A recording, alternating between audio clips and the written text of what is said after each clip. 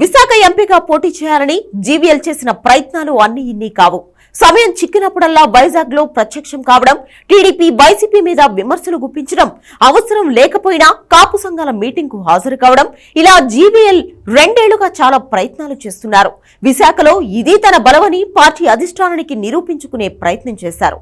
అయితే ఈసారి ఎలాగైనా వైజాగ్ నుంచి ఎంపీగా పోటీ చేయాలనుకున్న జీవీఎల్ కు చంద్రబాబు షాక్ ఇచ్చారు. టీడీపీ అనౌన్స్ చేసిన 3వ జాబితాలో 11 అసెంబ్లీ, 13 పార్లమెంట్ నియోజకవర్గాల అభ్యర్థుల పేర్లను ఖరారు చేసింది టీడీపీ.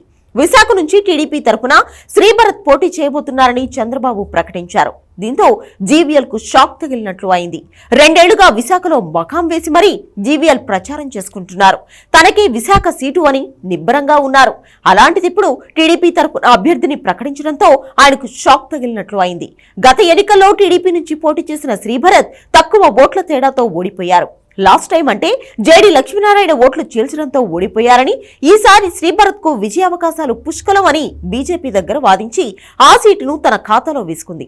అయితే విశాఖలో బీజేపీకి కూడా మంచి ట్రాక్ రికార్డు ఉంది. అయితే ఇదంతా ఎలా ఉన్నా జీవీఎల్ కు టికెట్ రాకపోవడంతో సోషల్ మీడియాలో ఇప్పుడు కొత్త చర్చ మొదలైంది. నిజానికి టీడీపీతో పొత్తును మొదటి నుంచి వ్యతిరేకించిన వారిలో జీవీఎల్ ముందు వరుసలో ఉంటారు. పైగా వైసీపీ అనుకూల బీజేపీ నేత అని టీడీపీ వర్గాల్లో అభిప్రాయం ఉంది. బాలయ్య చిన్నలుడు శ్రీభరత్ కు టికెట్ ఇవ్వాలని ఓవైపు, జీవీఎల్ మరోవైపు విశాఖ మీద టీడీపీ పట్టుపట్టింది.